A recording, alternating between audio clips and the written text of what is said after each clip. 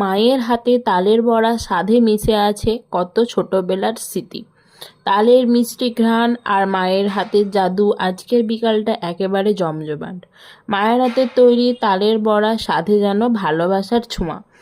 দেখো, প্রথমে যতটা পরিমাণ আমাদের আটা ময়দা লাগবে চেলে নিয়েছিলাম আমরা, তারপরে পরিমাণ মতো লবণ দিয়ে দিলাম।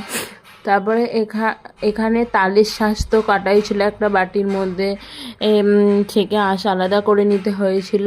তো তারপরে দেখো, তালটাকেও আমরা সুন্দর করে তো ময়দা আটার মধ্যে দিয়ে দিলাম। তারপরে পরিমাণ মতো চিনি দিয়ে দোলাটাকে সুন্দর করে করতে হবে। এখানে পরিমাণ মতো জল দিতে হবে, অল্প অল্প করে জল দিবে। জল দেওয়ার পর এইভাবে ডোলাটা হবে। ডোলাটাকে প্রচুর পরিমাণে ফাটাতে হবে, তবে ভেতরটা কি ডেলা হবে না, ফুলে উঠবে। তারপরে পরিমাণ মতো কালো জিরে দিয়ে দিলাম।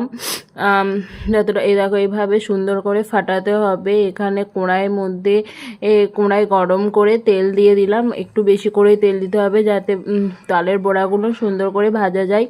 তারপরে একটা একটা করে তালের বড়া এভাবে দিয়ে দিতে হবে তেলের মধ্যে। তো দেওয়ার পরে কিছুক্ষণ রাখার পর দেখতে পাবে একটু সোনালি বাদামি বর্ণের হয়ে গেছে। তো তারপর এক পাশ উল্টে নিতে হবে। এক পাশ উল্টানোর পরে তারপরে এইভাবে লাল লাল হয়ে গেলেই তো তালের বড়া হয়ে যাবে। তারপরে ছাঁকনির সাহায্যে তোমরা তুলে নিয়ে পাত্রে রেখে দিবে। এ দেখো, আমাদের তালের বড়া কমপ্লিট হয়ে গেছে। দেখো, আমি একটা ভেঙে দেখাচ্ছি কত সফট আর কত মোলায়েম হয়েছে, আর ভিতরে কোনো কিছুই ফুলকি নাই। তো আমার এই ভিডিওটা কেমন লাগলো অবশ্যই তোমরা কমেন্ট করে জানিও।